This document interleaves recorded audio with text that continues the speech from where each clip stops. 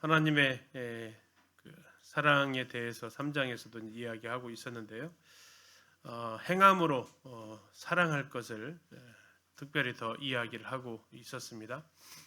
자, 이제 4장으로 들어가 보게 되면 역시 이제 하나님의 사랑을 계속해서 4장에서도 이야기를 하는데 그 사랑을 이야기하기 전에 그 예수님의 사랑에 대해서 잘못 말하고 있었던 사람들, 그들을 먼저 잘 분별해야 한다라는 것을 말해주고 있습니다. 진리가 먼저냐 사랑이 먼저냐, 이건 동전의 양면과 같아서 어느 것을 한쪽을 귀하게 여기고 또 가볍게 여길 수 있는 것은 아니죠. 그래서 에베소 교회처럼 진리를 귀하다가 여기면서 사랑을 놓쳐버리는, 잃어버리는 것도 불행한 일이고, 또 사랑을 이렇게 강조하다가 거짓 것 세계까지, 진리가 아닌 것에게까지 이렇게 영접하게 되는 이것도 또한 불행한 부분입니다. 그래서 4장 1절을 이렇게 시작을 하죠. 사랑하는 자들아, 이렇게 나옵니다. 사랑하는 자들아, 영을 다 믿지 말고 오직 영들이 하나님께 속하였나 분별하라. 거짓 선지자가 세상에 나왔습니다. 이렇게 말하고 있습니다. 자, 역시 시작을 할 때 사랑하는 자들아 하면서 사랑하자라고 말하는 게 아니라 사랑하는 자들아라고 말하지만 영을 다 믿지 말라고 이야기를 합니다. 영들이 하나님께 속하였는지 분별해야 된다라고 말하고 있습니다.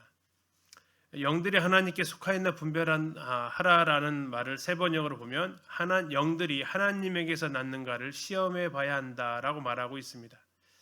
자, 영을 다 믿지 말라고 하고 있고 영들이 하나님께 속하였나라고 말하고 있다면 이 땅에 그 하나님께 속하지 않은 영들이 있다라는 거죠. 그래서 모든 영적인 것들을 무비판적으로 수용하는 것은 위험하다라고 말하고 있습니다. 영적인 이런 모습들이 신유라는 것으로 또 표현되어지기도 하고, 때로는 방언으로 또 표현되어지기도 하고, 많은 기적으로 또 표현되어지기도 하고, 또 더 나아가서 예언이나 이런 쪽으로 다 표현되어지기도 합니다. 이런 모든 영적인 것들, 영적인 가르침의 것들에 대해서 비판하지 않고 다 받아들이려는 태도는 사랑하는 자들이 해서는 안 될 것이다라고 말하고 있습니다.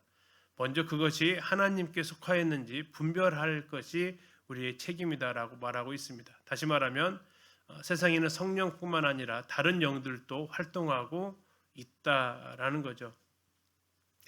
분별하라라고 이렇게 하나님께 속하였나 분별하라라고 말하고 있는데요. 분별하다라는 뜻은 금속이나 화폐의 순도를 검사하는, 그래서 진짜와 가짜를 가려낼 때 사용하는 겁니다. 노랗다고 다 뭐는 아니에요? 금은 아니죠.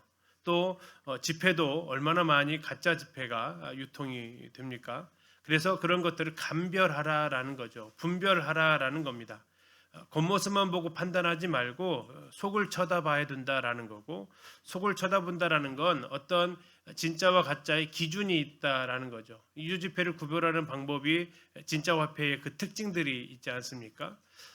그래서 또 금과 아닌 것들을 구분한다고, 또 올림픽에서 금메달 따면 금을 어떻게 봐요?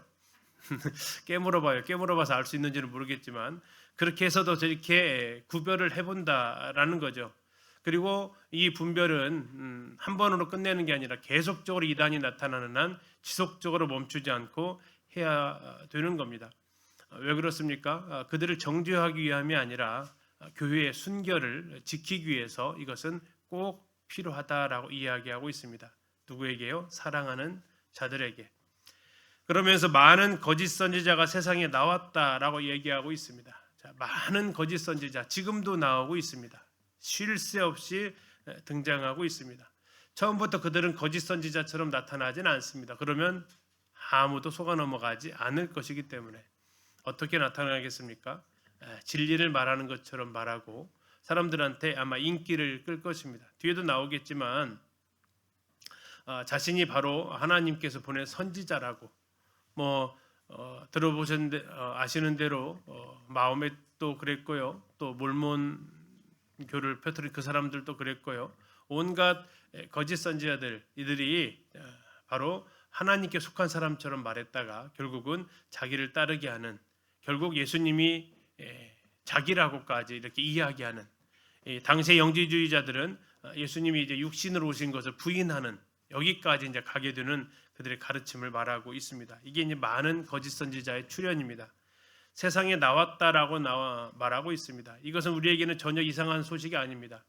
자, 그러나 이때 나온 게 아니라 이 사도 요한이 이 서신서를 기록할 때부터 이미 많은 거짓 선지자들의 활동이 있었다라는 겁니다. 1절을 이렇게 뉘앙스를 살려서 번역하면 이렇습니다. 지극히 사랑하는 여러분, 영적인 이름을 내걸었다 해서 그 모든 가르침을 무턱대고 믿지 마십시오. 오히려 그 영들이 정말로 하나님께로부터 온 것인지 마치 금의 순도를 검사하듯 철저히 시험해 보십시오. 이미 세상에는 하나님을 사칭하는 수많은 거짓 예언자가 도처에 널려 있기 때문입니다. 자, 그러면서 2절입니다. 어떻게 그러면 그 기준이 뭐냐라는 겁니다. 하나님께 속했는지 아닌지 기준 2절에 나와 있습니다.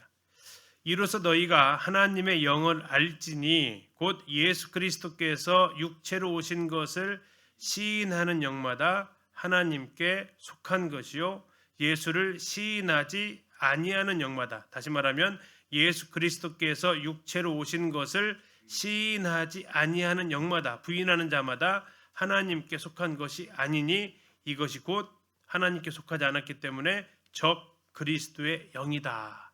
이게 적 그리스도의 영인가 하나님의 영인가의 기준점이 뭐라고 얘기하고 있습니까? 예수님을 누구로 보는가입니다. 자, 오늘날에도 동일합니다. 오늘날에도 예수님이 누구신가에 대해서, 여기에 대해서 많은 이단들이 활동하고 있다라는 겁니다. 다른 게 구별점이 아니고 예수님을 어떻게 인식하고 있는가, 이게 제일 중요한 부분이다라고 말하고 있습니다. 곧 예수님께서 육체로 오셨다, 성육신하신 것을 인정하면 그는 누구라고요? 하나님께 속한 영이고, 예수님의 성육신을 부인하면 하나님께 속하지 않은 적 그리스도의 영이다라는 겁니다. 예수님의 성육신이 왜 이렇게 중요한 걸까요? 예수님께서 육체로 오신 것이 그러면 요한의 시대에만 중요한 걸까? 그렇지 않다라는 거죠. 이것은 뒤에서도 계속해서 나옵니다. 이 요한일서의 주제가 이 주제이기 때문에 그러기도 합니다. 예수님을 시인한다라는 거, 이게 무슨 뜻일까요? 육체로 오신 예수님을 시인한다라는 거, 이게 무슨 뜻일까 하는 겁니다. 예수님을 누구로 시인해야 된다고요? 육체로 오신 하나님이시다라는 겁니다. 예수님을 어떻게 바라볼 거냐? 육체로 오신 하나님이시다라는 거예요. 그러면 이것을 반대하는 사람들은 어떤 사람들이에요? 예수님은 육체로 오지 않았다라고 하거나, 또는 예수님은 그냥 육체일 뿐이다라고 하거나 그렇습니다. 이것이 무슨 우리의 삶에 영향을 준다고 할 수 있을까요? 이게 그냥 예수님 하나님 아들이야, 뭐 인정해, 그러면 다 그 사람이 그러면 다 하나님께로부터 영일까요? 그러지 않다라는 겁니다. 이것은 예수 그리스도를 육체로 오신 하나님께서 육체로 오셨다라는 것을 인정한다라는 것은 뭐냐면 우리가 그분을 주로 고백한다라는 것과 맞닿아 있습니다. 하나님이 사람으로 오셨다고 했을 때 그 사람을 메시아로 인정한다라는 건 그분을 주로 인정한다라는 거고, 그래서 그 서는 사람을 가리켜서 구원받았다라고 말할 수 있다라는 겁니다. 그냥 예수님 그래 뭐 기독교인들의 말대로 하나님 아들이고 그냥 사람으로 죽으셨어, 이렇게 그냥 아주 가볍게 인정해도 되는 거냐, 그 차원이 아니다라는 겁니다. 예수님이 여기서 말하고 있는 대로 예수 그리스도께서, 예수는 뭡니까? 그분의 인성입니다. 그리스도는요 신성이에요. 자, 육체로 오셨으면 그것은 인성입니다. 하나님의 아들은 신성입니다. 그 육체로 오신 분이 하나님의 아들이라고 말하는 사람은 그분에 대한 태도가 달라질 수밖에 없다라는 거예요. 그분 앞에 태도가 달라지지 않는 이유는 그분이 육체로 오신 하나님이심을 믿지 않기 때문이다라는 겁니다.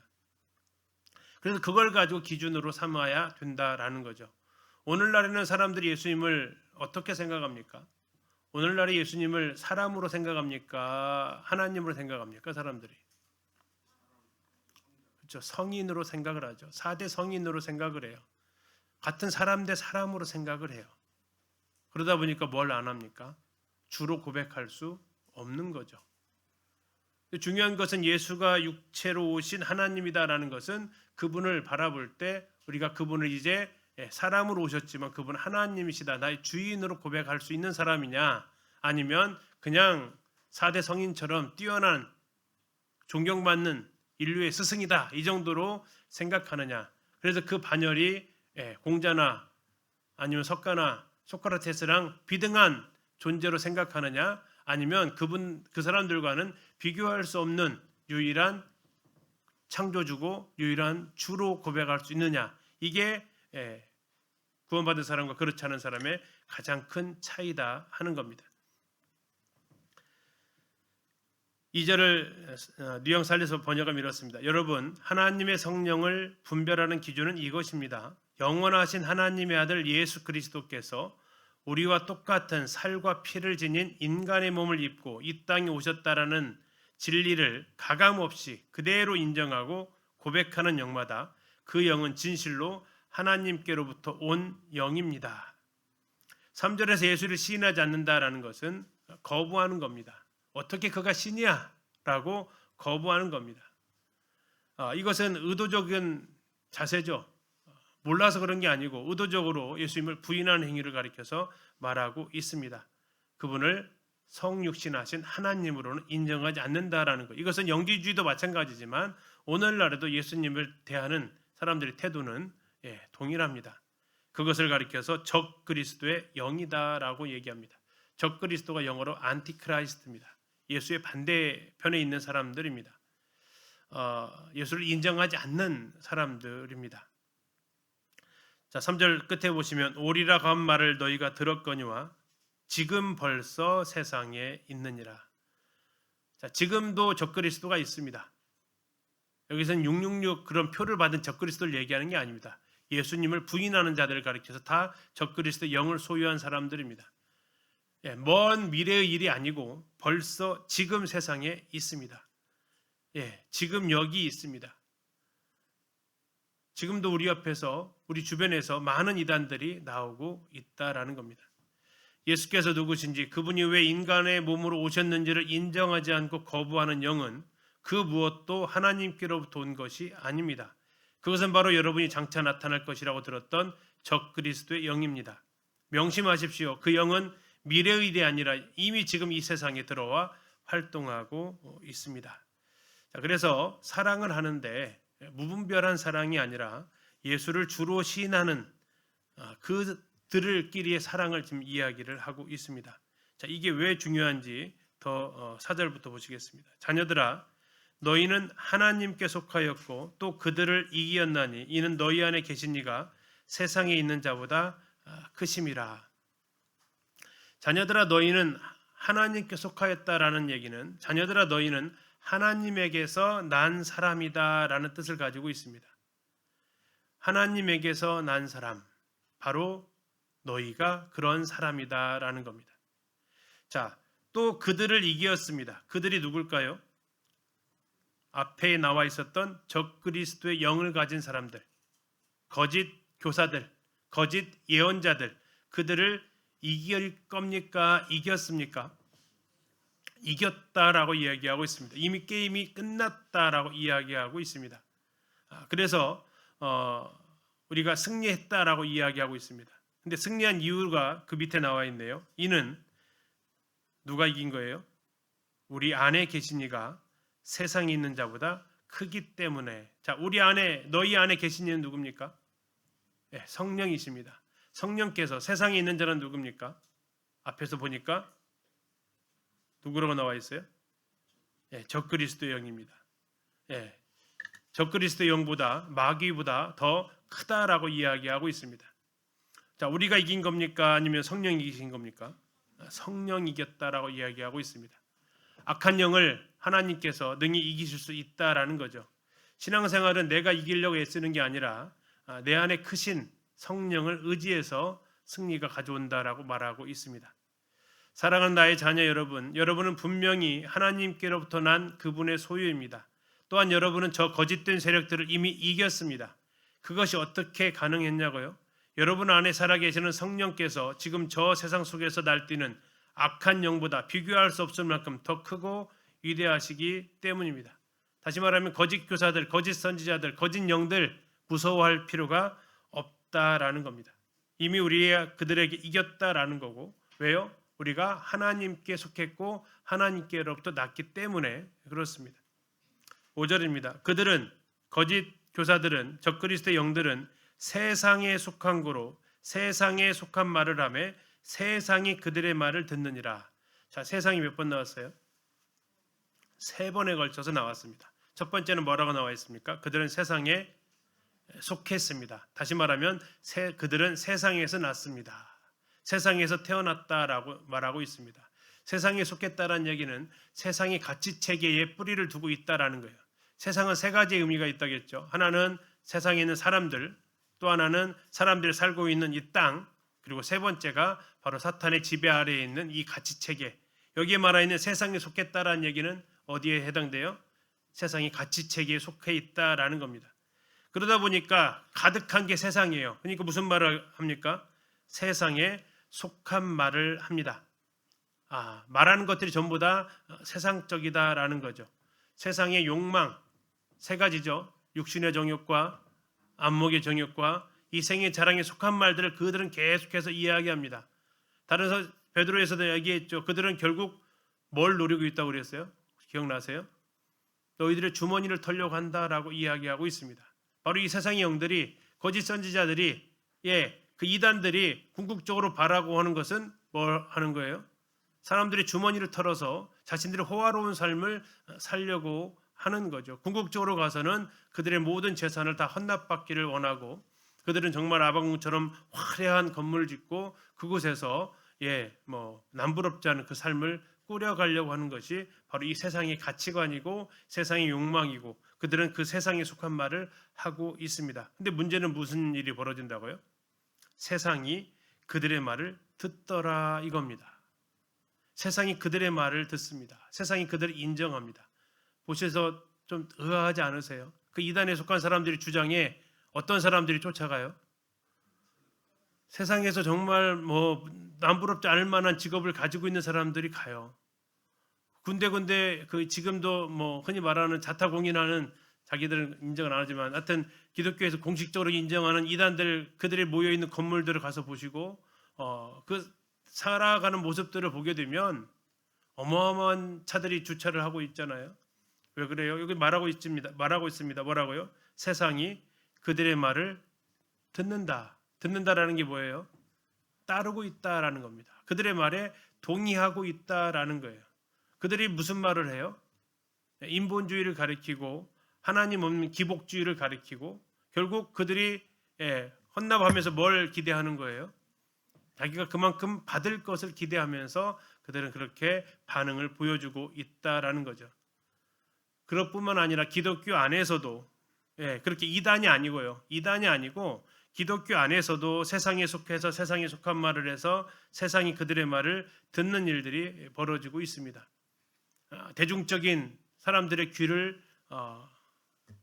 자극하는 설교들, 사람들의 비위를 맞추는 교회 운영들, 이런 것들이 많은 또 메가처치라고 하는 그런 큰 교회들에서 이루어지고 있는 것이 또 현실이죠. 예전에 한번 그 이슈를 끌었던 책이 하나 있었어요. 성도님들 중에서 읽어보신 분이 계실지도 모르겠습니다. 긍정의 힘이라는 책이 있었죠. 조엘 오스틴이라는 사람이 쓴 기독교에 상당히 많은 파장을 일으켰던 책이기도 하고, 제가 아는 어떤 형제도 그 책을 읽고 되게 감동을 받았다라고 이야기하는 책이기도 했습니다. 그러나 그 사상이 바로 여기 5절에 있는 대로 세상에 속한 말을 하고 있었고, 세상에 속해 있는 그 가치 체계를 전달하는데 사용되어진 그들의 말이었습니다. 그 뒤로 조용해져 버렸습니다. 어쩌면 세상의 대중으로부터 인기를 끌었습니다. 또 미국에서 여러 교회들 중에서도 그렇게 구두자들에게 온갖 그 시선을 다 맞추고 했던 그 교회가 있었죠. 그분이 이제 회개를 합니다. 그러면서 이건 교회가 아니었다라고 회개를 하죠. 왜요? 하나님한테 시선을 둔 게 아니고 어떻게 하면 사람들이 많이 나올 수 있을까? 사람들을 많이 모을 수 있을까? 이것에 온갖 기획을 하고 모든 것들을 거기다 맞추다 보니까 어느 순간 사람은 엄청 늘어났는데 거기 하나님 계시지 않았다. 그러면서 이제 거기에 대해서 이제 회개하는 책을 쓰신 분도 계셨습니다. 희한한 것은 세상이 그들의 말을 듣는다라는 거예요. 그래서 종교만큼 남는 것도 없다라고 이야기할 정도로, 종교 사기만큼 고등 사기도 없다고 할 정도로, 그들은 근본적으로 이 세상 체제에 뿌리를 두고 있는 자들입니다. 그러기에 그들은 오직 세상 사람들이 좋아하고 공감할 만한 이야기들만 늘어놓습니다. 그리고 당연하게도 하나님을 알지 못하는 이 세상은 자기들의 구미에 딱 맞는 그들의 목소리에 귀를 기울이며 열광하는 것입니다. 이건 이상한 것이 아니다라는 거예요. 이상한 거 아니다. 6절은 그것을 말하고 있습니다. 그러나 우리는 누구에게 속했어요? 하나님께 속했습니다. 계속 지금 계속 말하고 있는 것은 소속의 문제를 두고 있어요. 자, 1절에 하나님께 속하였나 이렇게 나와 있죠. 2절 끝에 하나님께 속한 것이요 이렇게 나와 있어요. 3절에 하나님께 속한 것이 아니니 이렇게 나와 있고요. 4절에 하나님께 속하였고 이렇게 나와 있어요. 5절은 세상에 속한 거로 이렇게 나와 있고요. 6절은 하나님께 속하였으니 이렇게 나와 있어요. 자, 계속 뭘 얘기하고 있냐면 소속을 이야기하고 있다라는 거예요. 소속. 하나님께 속해 있느냐, 세상에 속해 있느냐, 하나님께 속해 있느냐, 마귀에게 속해 있느냐, 이것을 계속해서 이야기하고 있다라는 겁니다. 우리는 하나님께 속했다라는 겁니다. 다시 말하면 우리는 하나님에게서 났다라는 겁니다. 자, 우리가 누구를 가리킬까요? 사도 요한이겠죠. 1차적으로. 그리고 이 요한일서의 수신자들일 겁니다. 그리고 더 확장되어지면 예수 그리스도를 하나님의 아들로 고백하는 사람들이 바로 여기에 해당이 됩니다. 그들은 모두 하나님께 속했습니다. 그들은 예수 그리스도를 주로 고백하는 사람들입니다. 하나님께 속하였으니 하나님을 아는 자는, 여기서 안다라는 것은 인격적인 관계를 맺었다라는 겁니다. 하나님과의 관계를 맺은 사람들, 하나님을 아는 자는, 하나님과 인격적인 관계를 맺은 자는 누구의 말을 들어요? 우리는 누구예요? 사도입니다. 사도 요한. 사도들의 가르침을 받는다라는 얘기입니다. 사도들의 가르침은 나중에 신약이 바로 그 사도들의 가르침으로 되어져 있었죠. 예수의 말씀과 결국은 성경의 가르침을 받아들인다라는 겁니다. 그러나 이단들은 그 성경보다 더 플러스 되는 그런 말씀들이 있거나 아니면 그 성경 중에서도 특히 한두 권을 더 강조해서 그것이 그들의 교리로 삼죠. 그러나 여기서 말하고 있는 대로 하나님께 속한 사람들은 우리의 말, 사도들의 말, 성경에 기록된 진리를 듣습니다. 하나님께 속하지 아니한 자는 우리의 말을 듣지 않습니다. 내 말 안 들었다라는 게 아니고 사도들의 말을 듣지 않았다라는 얘기는 예수님의 말씀을 듣지 않았다라는 의미가 되겠습니다. 성경을 믿지 않았다라는 의미가 되겠습니다. 그래서 구분을 진리의 영이냐 미혹의 영이냐 이걸 뭘로 안다고요? 하나님의 말씀을 받아들이느냐 그렇지 않느냐 하는 겁니다. 여호와의 증인이나 이런 사람들을 만나 보셨을 겁니다. 그들이 말하는 것들이 성경에서 말하는 것과 잘못되어 있다고 하면 그들이 인정을 하던가요? 아니면 뭐라고 하던가요? 안 나옵니다. 안 하고 뭐라고 혹 들어보셨어요? 자기가 잘 몰라서 그런데 더 아는 사람을 데려오겠다고 합니다. 아니면 더 배워서 오겠다고 합니다. 그들은 인정하지 않습니다. 그러나 우리의 사도들은 하나님께로부터 온 사람들입니다. 참으로 하나님을 깊이 경험하여 아는 사람은 우리가 전하는 이 복음의 메시지에 귀를 기울입니다. 하지만 하나님께 속하지 않은 사람은 결코 우리의 말을 받아들이지 않습니다. 자, 보십시오. 진리의 영을 따르는 자와 우리를 길을 잃게 만드는 미혹의 영을 따르는 자가 바로 이 말씀에 대한 반응에서 확연히 갈라지지 않습니까? 자, 1절부터 6절까지 거짓 선지자, 하나님께 속하지 않은 이 영들이 있다. 그럼 그것에 대한 판별 기준은 뭐라고요? 예수님께서 육신을 입고 오신 하나님이시다. 이것을 인정하지 않는다. 다시 말하면 예수님을 주로 고백하지 않는 사람들이다. 그들은 이 세상 논리로 말하고 이 세상이 추구하는 것을 추구하면서 살아간다. 하나님 말씀이 아닌 그들은 자기의 가치체계 속에서 살아가는 사람들이다. 자, 그러면 그게 왜 이렇게 중요한가? 바로 이제 7절부터 나와 있습니다. 바로 예수님의 성육신에 뭐가 담겨져 있냐면 하나님의 사랑이 담겨져 있다라는 거고, 하나님의 사랑이 담겨져 있는 것을 거부하기 때문에 그들은 하나님께 속하지 않았다라는 얘기가 됩니다. 7절 보십시오. 다시 사랑하는 자들아 이렇게 얘기하고 있습니다. 그러면서 이번에는 서로 사랑하자 이렇게 나와 있어요. 아까 1절은 뭐라고 나와 있어요? 사랑하는 자들아 영을 다 믿지 말아라. 이건 진리입니다. 진리. 사랑하는 자들아 우리가 서로 사랑하자. 이건 뭐예요? 사랑입니다. 자, 그래서 거짓 영들 믿지 말 것. 그러나 함께 구원받은 성도들끼리 서로 사랑할 것을 이야기하고 있습니다. 왜 그렇습니까? 사랑은 하나님께 속한 것이기 때문입니다. 하나님께 속한 것이 사랑입니다. 사랑은 하나님께 속했습니다. 그래서 우리는 계속해서 서로 사랑하자라고 이야기하고 있습니다. 여기서 말하는 사랑은 아가페의 사랑을 이야기하고 있습니다. 다시 한번 얘기합니다. 속한 것 누구에게요? 하나님께. 하나님께 속했다라는 얘기는 하나님에게서 났다라는 의미를 가지고 있습니다. 사랑은 하나님으로부터 왔습니다. 하나님은 사랑을 만드신 분이 아니고요. 사랑 그 자체이십니다. 하나님은 사랑이 많은 분이 아니고요. 하나님은 사랑 그 자체이십니다.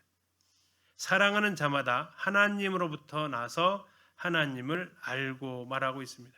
여기서 났다는 얘기는 거듭났다라는 겁니다. 요한복음을 썼던 사도 요한이 지금 요한복음에서 나와 있는 표현들을 여기서 다시 같이 쓰고 있어요. 요한복음 1장 12절은 아시죠? 영접하는 자 곧 그 이름을 믿는 자는 하나님의 자녀가 되는 권세를 주셨으니 그 다음 13절 아세요? 이는 혈통으로나 육정으로나 사람의 뜻으로 나지 아니하고 오직 하나님께로서 난 자들이다. 이렇게 나와있어요. 하나님께로서 난 자다. 요한복음 3장 3절에 사람이 거듭나지 아니하면서 거듭나지 아니하면은 그 나나주에 뭐라고 나와 있어요? 위로부터 나지 아니하며 이렇게 쓰여 있습니다. 지금 여기서 말하고 있는 겁니다. 하나님으로부터 난다라는 겁니다. 하나님으로부터 난다. 요한복음 1장 13절에 나와 있는 하나님께로부터 난 자들, 위로부터 난 자들. 자, 하나님으로부터 나서 하나님을 안다. 거듭나서 하나님을 인격적으로 교제하고 있다라는 의미를 가지고 있습니다. 다시 말하면 거듭났다라는 건 하나님의 자녀가 되었다라는 거고, 자녀가 되었다라는 얘기는 부모의 유전자를 가지고 태어났다라는 얘기고, 하나님은 사랑이시니까 거듭난 사람은 무슨 유전자를 물려받았다는 얘기입니까? 사랑의 DNA, 사랑의 영적인 유전자를 물려받았다라는 겁니다. 그래서 7절은 이렇게 번역할 수 있겠습니다. 지극히 사랑하는 여러분, 우리가 진심으로 서로 사랑합시다. 왜냐하면 모든 참된 사랑은 바로 하나님으로부터 흘러나오는 것이기 때문입니다. 그러므로 사랑을 실천하며 사는 사람이야말로 참으로 하나님께로부터 태어난 그분의 자녀이며 지금 이 순간에도 하나님을 깊이 경험하며 알아가고 있는 사람입니다. 사랑을 실천하며 사는 사람이야말로 참으로 하나님께로부터 태어난 그분의 자녀다. 다시 말해서 하나님과 닮았다. 뭐가요? 사랑한다라는 겁니다. 사랑의 DNA를 가지고 태어났다 하는 겁니다. 자, 그래서 8절과 비교를 하고 있죠. 8절입니다. 사랑하지 아니하는 자는 그럼 어떤 사람일까요? 하나님께 속하지 않은 사람입니다.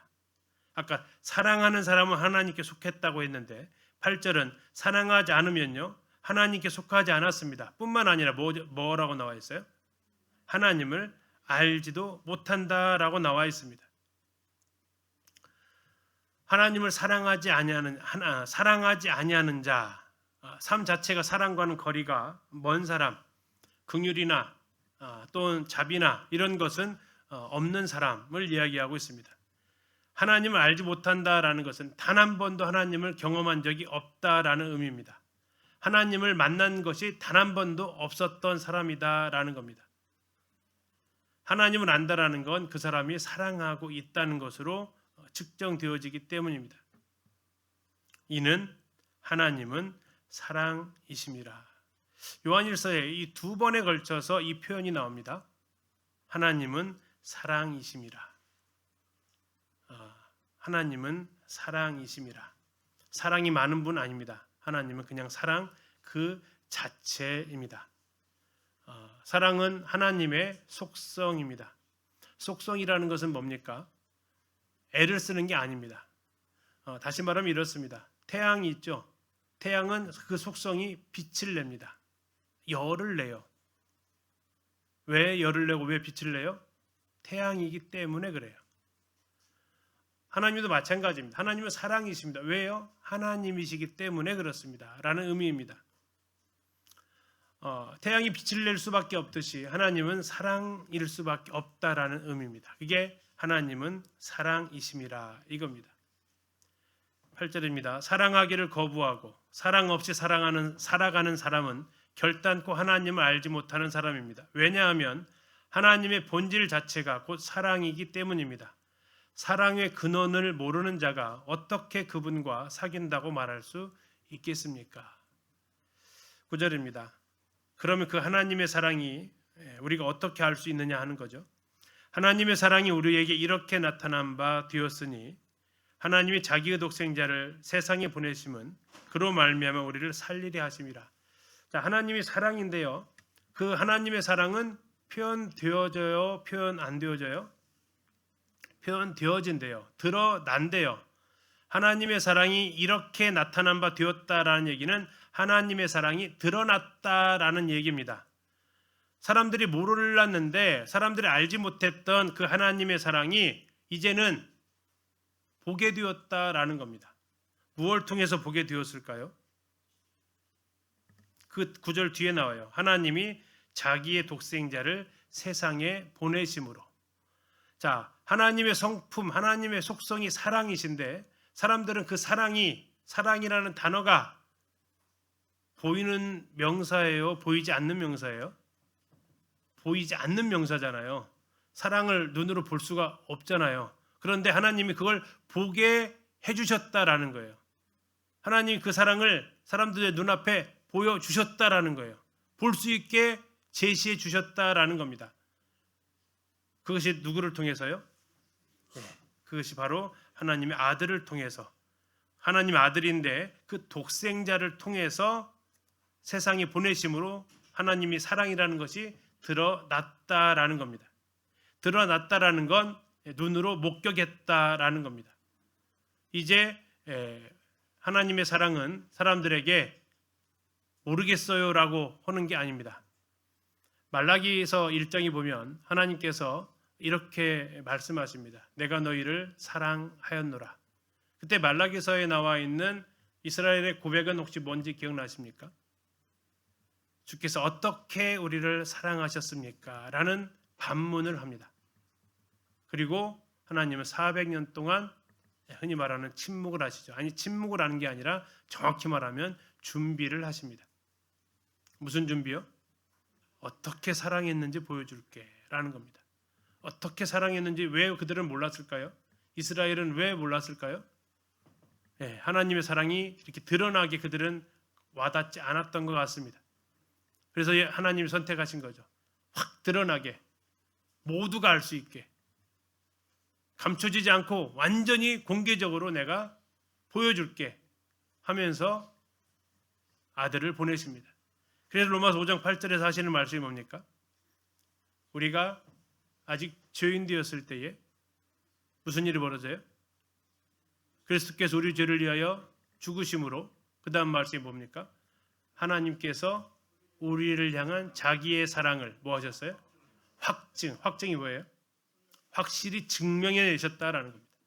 확실하게 증명해내신 것이 뭐라고요? 죄인된 우리를 위해서 그 아들을 죽으신 것. 그래서 말라기서에서 하나님이 어떻게 우리를 사랑하셨습니까? 라고 반문했던 그들에게 하나님은 이렇게 사랑했다라고 보여주신 거예요. 이렇게 사랑했다고. 그리고 요한복음 3장 16절에서 하는 말이 뭐예요? 하나님이 세상을 이처럼 사랑했다. 이처럼이 뭐예요? 그 앞에 있는 14절 15절 3장 14절 15절 모세가 광야에서 뱀을 든 것 같이 인자도 들려야 하리니 이처럼 사랑해 주셨다라는 거예요.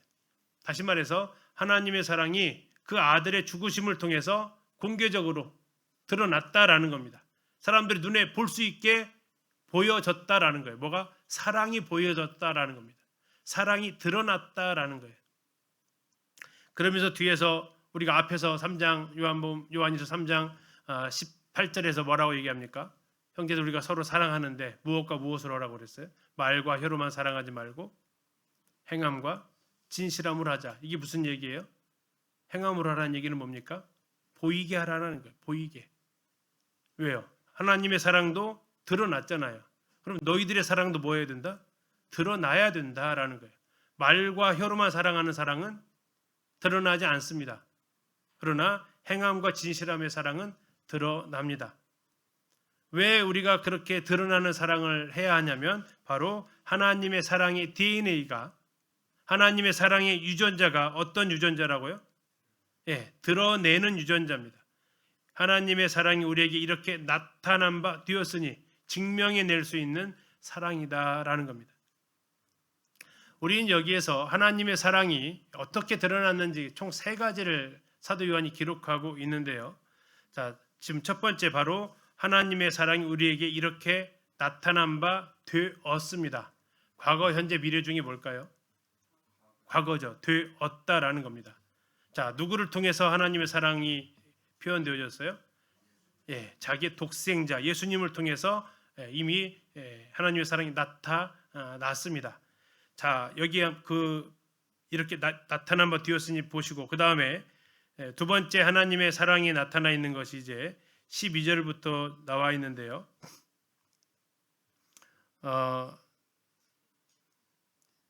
13절 보시겠습니다. 그의 성령을 우리에게 주심으로 우리가 그 안에 거하고 그가 우리 안에 거하시는 줄을 아느니라. 아버지가 아들을 세상의 구주로 보내신 것을 우리가 보았고 또 증언하노니 누구든지 예수를 하나님의 아들이라 시인하면 그의 안에 거하시고 그도 하나님 안에 거하시느니라. 자, 지금 이제 13절에 나와 있는 한 분이 계십니다. 이분 누구십니까? 성령이십니다. 성령. 그분이 어디에 계세요? 우리 안에 거하십니다. 우리 안에 거하세요. 그리고 뭘 하세요? 우리 안에 거하셔서 우리로 하나님의 아들이심을 증명하게 하십니다. 이것은 과거예요, 현재예요, 미래예요? 현재입니다. 계속 진행형입니다. 그리고 이제 마지막 하나가 더 남았습니다. 17절 보시면요. 이로써 사랑이 우리에게 온전히 이루어진 것은 우리로 심판날에 담대함을 가지게 하려 함이니. 자, 이건 과거의 현재의 미래예요? 미래입니다. 뭐 때문에 미래죠? 심판날입니다. 심판날. 그래서 하나님의 사랑이 우리에게 이렇게 나타난 바 되었대요. 첫 번째, 과거에는 뭐예요? 자기의 독생자를 주셨습니다. 독생자를 주셨어요. 아들을 통한 과거입니다. 다음에 현재는 뭡니까? 우리 안에 누가 계세요? 성령이 계세요. 우리 안에 성령이 거하세요. 이건 현재의 모습입니다. 미래는요. 아버지 앞에서의 우리의 담대함이 있습니다. 심판날에 담대함이 있습니다. 이것이 우리의 앞으로 주어질 미래에 나타난 하나님의 사랑입니다. 하나님의 사랑이 이렇게 3가지로 드러납니다. 아들을 주셨고요. 성령을 주시고요. 심판날에는 담대함을 주십니다. 이게 하나님의 사랑이 드러난 사랑입니다. 이 3가지가 이제 지금 방금 보셨던 대로 9절부터 쭉 써 있습니다. 18절까지. 다시 9절로 가보시면요. 하나님의 사랑이 우리에게 이렇게 나타난 바 되었으니 하나님이 자기의 독생자를 세상에 보내심은 그로 말미암아 우리를 뭐 하시려고요? 살리려 하심이라. 그로 말미암아 살게 해주시려고 하셨다라는 겁니다. 자, 자기의 독생자라고 얘기하고 있습니다. 자기 아들이라고도 할 수 있었습니다. 그렇죠? 근데 자기 아들 대신에 의도적으로 독생자라는 단어를 씁니다. 이건 요한복음 3장 16절에서 했던 표현이죠. 하나님이 세상을 이처럼 사랑하사 독생자를 주셨습니다. 독생자. 여기서 다시 독생자를 언급하고 있네요. 하나님이 자기의 아들이 아니라 독생자를 줬다는 얘기는 그냥 하나의 아들이란 뜻을 넘어서서 대체 불가능한 가장 소중한 존재라는 의미를 가지고 있습니다. 하나님의 사랑을 더 극대화하고 있는 표현이 바로 이 독생자라는 겁니다. 하나님이 독생자를 세상에 보내셨습니다. 이건 단 한 번 있었던 하나님의 사랑이었습니다. 그러나 우리를 살리려 하십니다라는 것은 여전히 그 독생자를 믿으면 지금도 많은 사람들이 살아나고 있어서 그 영향력은 한 번 죽으셨고 한 번 십자가에서 죽으셨지만 그 영향력은 지금까지도 계속해서 이어지고 있습니다.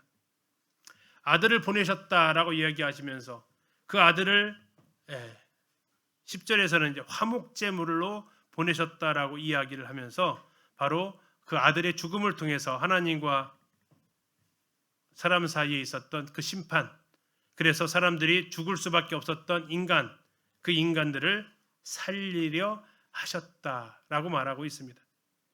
9절을 번역하면 이렇습니다. 하나님 우리를 얼마나 사랑하시는지 그 확실한 증거가 우리 가운데 명백히 드러났습니다.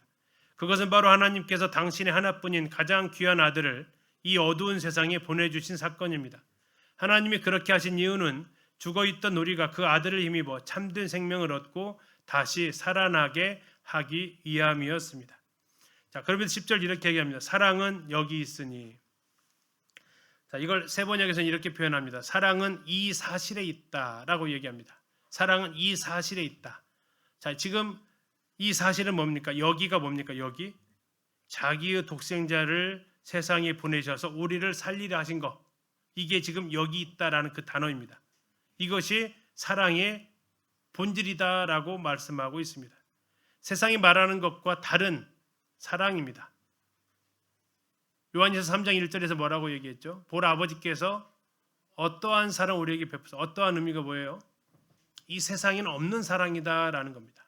이 세상에는 없는 사랑이 어떠한 사랑이에요? 그래서 세상이 말하는 사랑이 아니다라는 겁니다. 사랑은 여기 있다라고 얘기합니다. 하나님이 보여준 사랑, 자기의 독생자를 세상에 보내서 죽은 우리를 살리는 것, 이게 사랑의 본질이다라고 이야기하고 있습니다. 사랑은 여기 있으니 우리가 하나님을 사랑한 것이 아닙니다. 종교는 사람이 하나님께 갑니까? 하나님이 사람에게 갑니까? 사람이 하나님께, 신에게 나아가는 게 종교입니다. 그러나 기독교는요, 하나님이 사람에게 내려오시는 게 기독교입니다.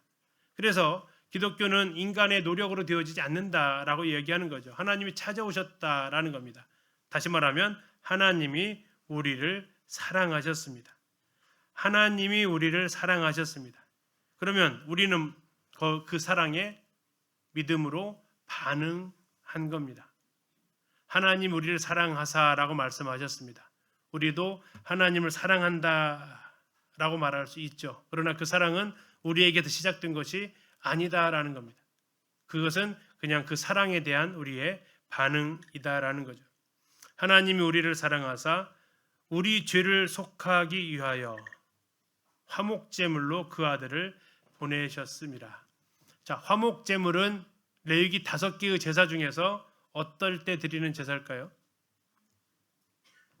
자, 레위기 5제사가 뭐예요? 번제, 소제, 화목제, 속죄제, 속건제, 이 5가지 제사가 있는데 여기 지금 말하고 있는 화목제물은 무슨 제사와 연관될까요? 네, 속죄제와 연결이 됩니다. 속죄제와 연결이 돼요. 속죄제를 해야만 다시 하나님과 뭐가 이루어져요? 화목이 이루어지기 때문에 화목제에 해당되는 제사가 아니고 여기서 말하는 화목제물은 속죄제에 해당되어지는 제물들입니다. 죄로 인해서 하나님과 불화가 일어났는데 그 화목제물이 되어서 죽어야만 하나님과 우리 사이가 다시 뭐가 된다고요? 화목하게 되기 때문입니다. 하나님의 그 공의 앞에서 우리는 두렵지만 바로 그 두려움의 그 진노를 아들이 다 받아내셨다라는 거고, 그래서 우리로 하나님과 화목하게 하셨다라는 겁니다. 10절을 번역하면 이렇습니다. 진정한 사랑이 무엇인지 알고 싶습니까? 그것은 우리가 하나님을 먼저 사랑해서 그분의 마음을 얻어낸 것이 아닙니다. 오히려 그 정반대입니다. 하나님께서 먼저 우리를 사랑하셔서 우리의 끔찍한 죄를 씻어내고 그분의 진노를 거두기 위해 자기 아들을 화목의 제물로 내어주신 것, 바로 이것이 진짜 사랑입니다. 예, 그래서 화목제에 드려지는 제물이 아니고 화목을 위한 제물, 화목의 제물, 속죄제, 더 크게 가면 대속죄일에 드려졌던 그 속죄 제물, 그걸 통해서 이제 하나님 우리 사이에 화목이 이루어졌다라는 겁니다. 11절입니다. 사랑하는 자들아, 다시 한번 세 번째 4장에서만 세 번째 나오네요. 하나님이 이같이 우리를 사랑하셨다라고 나옵니다. 자, 하나님이 이같이 우리를 사랑하셨습니다. 자, 이같이라는 뜻은 이렇게까지라는 뜻입니다. 하나님이 이렇게까지 우리를 사랑하셨다라고 말하고 있습니다. 이 사도 요한은 이 하나님에 대한 사랑의 표현을 요한복음 3장 16절에 이처럼 사랑했다. 또 요한일서 3장 1절에서는 어떠한 사랑으로 표현하고 있고, 또 여기 지금 4장 11절에서는 이같이 우리를 사랑하셨다, 이렇게까지도 사랑하셨다라고 표현하고 있습니다. 하나님의 사랑에 대해서 참 적절한 단어가 없었는지, 아니면 그 사랑에 대해서 우리가 생각하는 것만큼의 그 크기로 다가오게 하기 위한 것이 아닌지 싶습니다. 이렇게까지가 어떻게까지입니까? 독생자를 보내셔서 화목제로 되려면 죽임당하는 겁니다. 피 흘려서 죽임당하는 거고, 불에 태워져서 죽임당하는 겁니다. 그렇게까지 해서라도 우리로 하나님과 화목하게 하시는 사랑이었다라는 겁니다. 우리도 뭐하는 것이요? 서로 사랑하는 것이 마땅하도다. 지난번에 말씀드렸죠. 마땅하도다라는 뜻이 무슨 뜻이라고요? 빚을 지고 있다라는 뜻입니다. 빚 갚는 것이 어때요? 잘한 거예요? 마땅한 거예요? 마땅한 거다라고 이야기하고 있습니다. 빚 갚는 것은 그냥 마땅한 겁니다. 다시 말하면 우리가 서로 사랑하는 것은 사랑의 빚을 갚고 있다라는 거예요. 누구에게 갚아야 돼요? 원래는요? 예수님한테, 하나님한테 갚아야 돼요. 그 사랑의 빚을. 근데 하나님이 누구한테 갚으라고 하셨어요? 네 형제들한테 갚아라라고 이야기를 하셨다고요. 그래서 형제 사랑은 하나님께 받은 그 빚을 갚는 채무입니다. 채무. 그래서 사랑했다고 해서 특별히 칭찬받을 만한 일이 아니고 상 받을 일은 아닙니다. 이것은 당연히 해야 될 일이다라는 겁니다.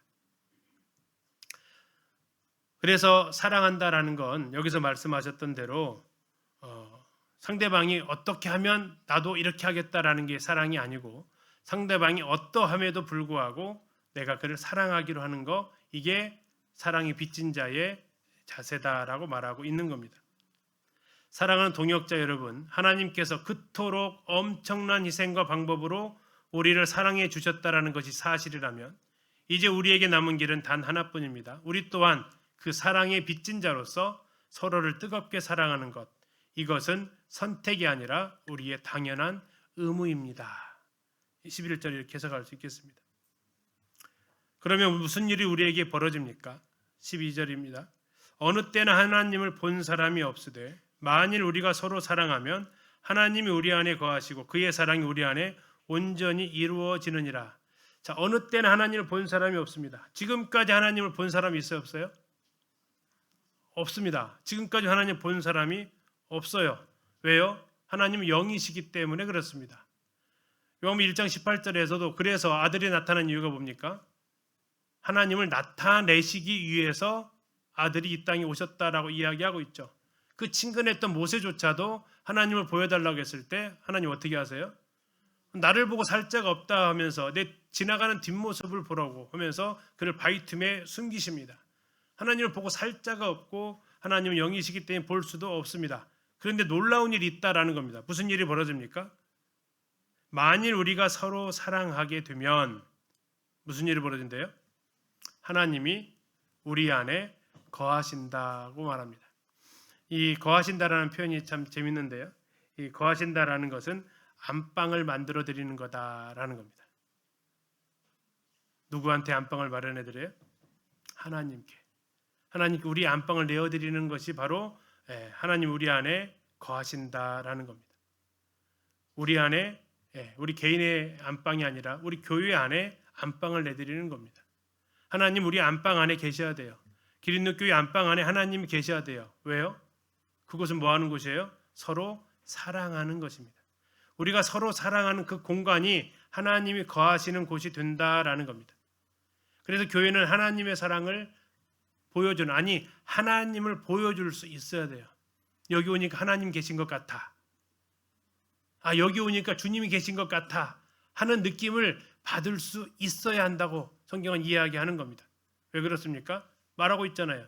하나님을 본 사람은 없지만 너희들이 사랑하고 있으면 하나님이 너희들 안에 안방에 좌정하고 계시는 거야 라고 이야기하고 있습니다. 하나님을 보여달라고 했을 때 우리는 우리 교회 와봐 라고 말할 수 있는 것이 가장 잘한 일이다라는 겁니다. 왜 그렇습니까? 그의 사랑이, 하나님의 사랑이 우리 안에, 우리 가운데서 온전히 이루어지느니라, 완성되게 됩니다.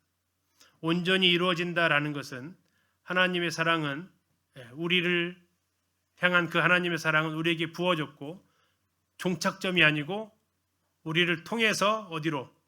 형제들에게로 전달되어져야 이게 완성이다라는 겁니다. 어쩌면 내에서 멈추는 마침표를 끊는 게 아니고요. 하나님 우리를 통해서 사랑이 흐르기를 원하신다.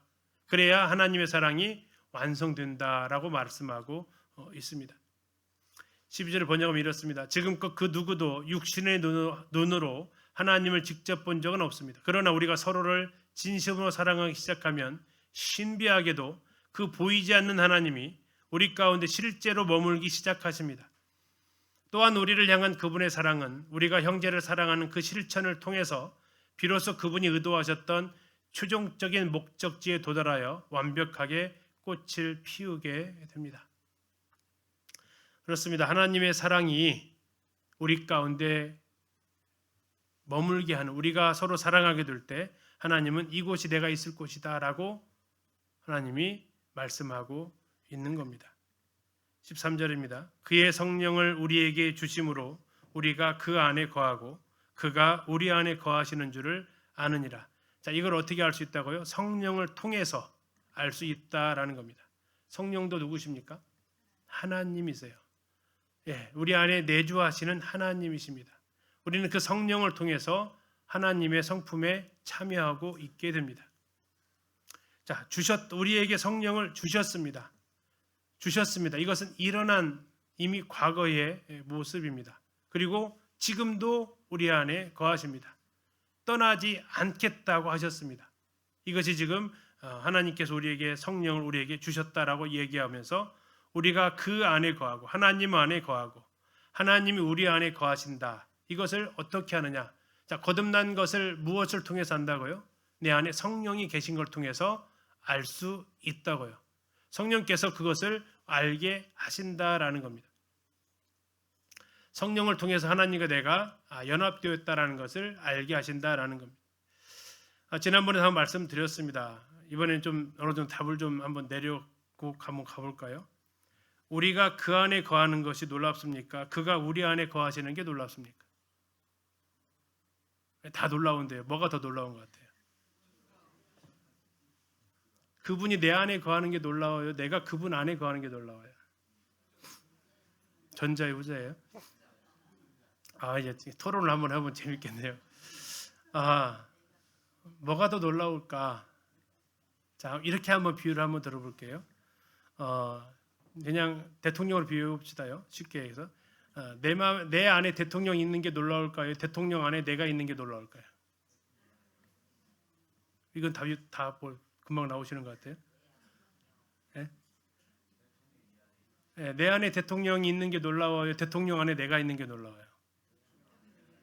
대통령 안에 내가 있는 게 놀랍죠. 어떻게 나를 그 마음에 두냐 이거죠. 우리는 내 마음에 대통령을 둘 수 있어요. 좋아, 참 좋아, 나 마음에 들어, 지지해 할 수 있겠죠. 그런데 내가 대통령 그 마음 속에 있다고? 요즘 대통령 인기 많잖아요. 그래서 대통령 내 마음에 있어요 하는 거하고 대통령이 지나가다가 내 마음 속에 자네 있어 이거 오고 느낌이 어떠냐고요. 두 가지 다 놀랍죠. 하나는 왜 첫 번째 것이 왜 놀랍습니까?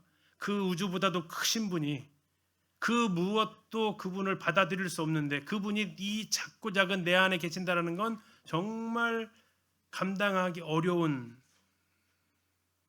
우리가 측량하기 어려운 이 내 추한 마음에 그분이 오신다는 것 자체가 참 죄송스러운 듯한 이 감정이 크기 때문에 우리는 그 크기가 정말 감당할 수 없습니다. 내가 그분을 다 용납할 수 없기 때문에 그래요. 그러나 두 번째가 더 놀라운 것은 뭡니까? 어떻게 그분의 마음에 내가 흡족한 사람이 될까?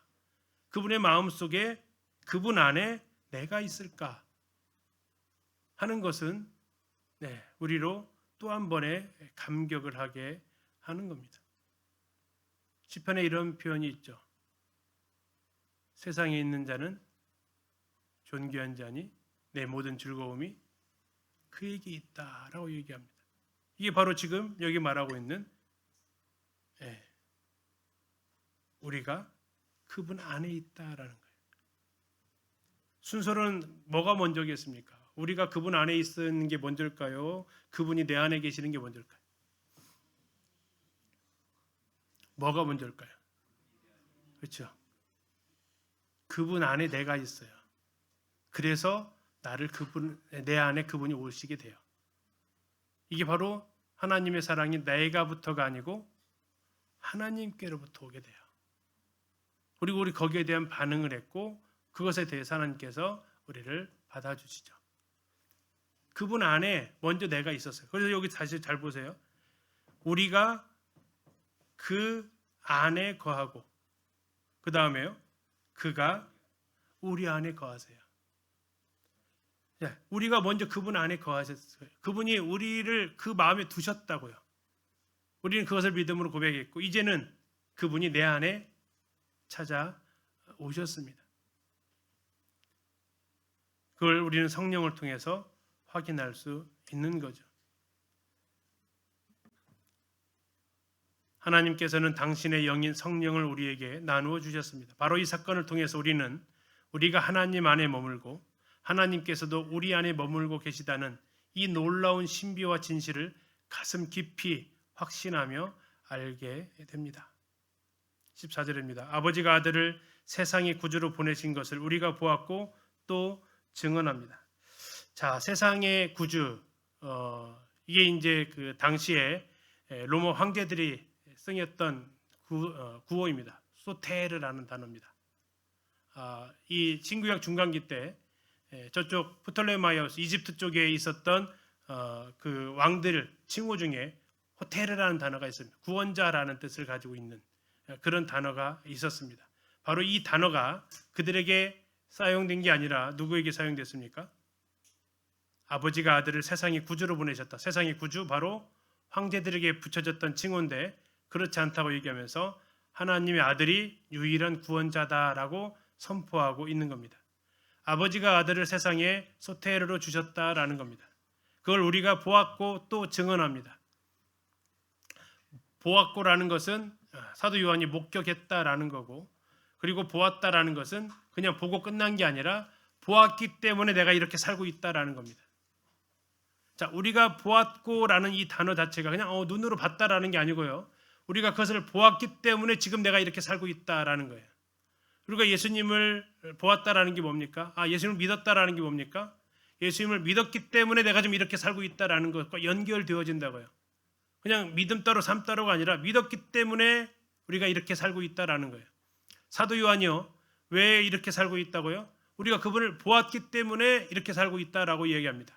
우리가 그분을 보았기 때문에 또 증언하고 있다라고 이야기합니다.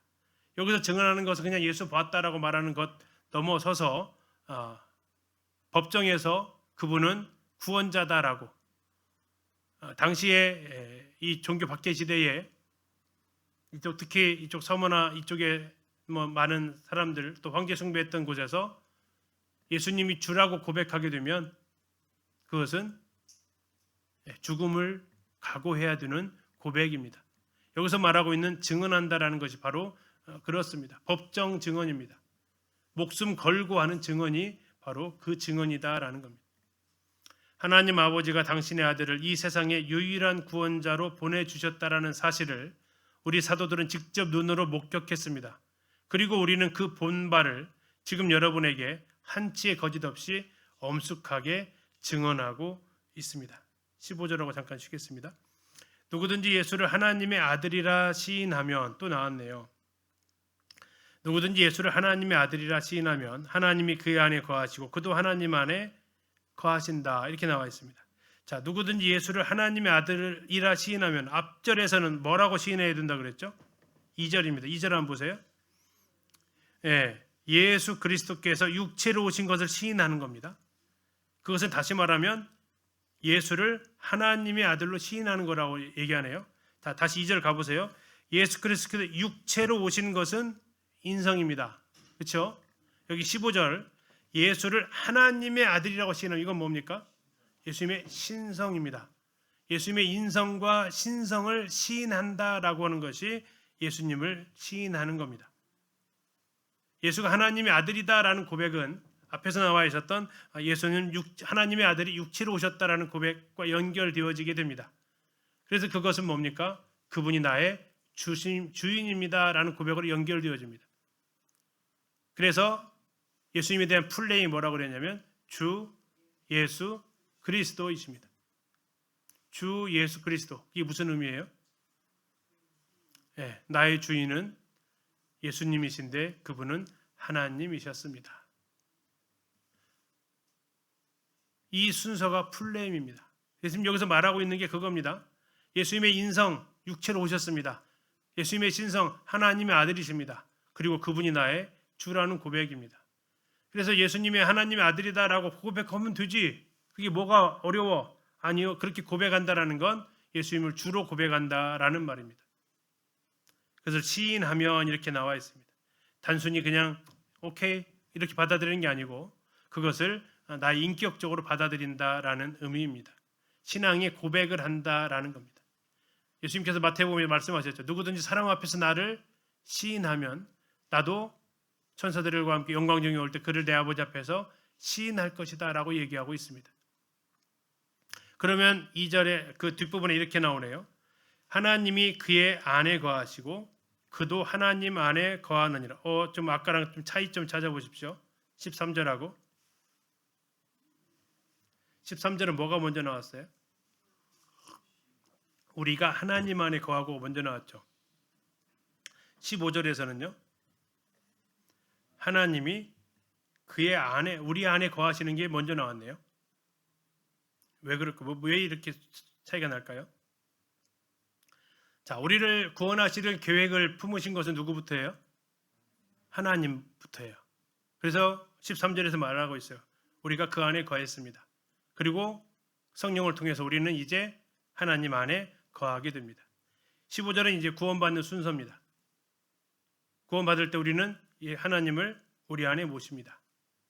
그때 우리는 이제 신앙생활 가운데 들어가게 되죠. 그도 하나님도 우리 안에 거하시면서 그분이 이제 왕노릇 하시게 됩니다. 지위나 배경에 상관없이 누구든지 나사렛 예수가 바로 하나님의 아들이시다라는 사실을 진심으로 입을 열어 고백한다면 하나님께서는 즉시 그 사람의 인생 속에 당신의 거처를 삼으시고 그 사람 또한 하나님의 품 안에서 살아가는 신비로운 연합을 경험하게 됩니다. 이게 바로 예수를 어떻게 대할 것인가, 이것이 바로 우리가 서로 사랑하게 된 그 기초가 됩니다. 10분 쉬었다가 16절부터 계속 이어서 같이 보도록 하시겠습니다. 10분 쉬시겠습니다.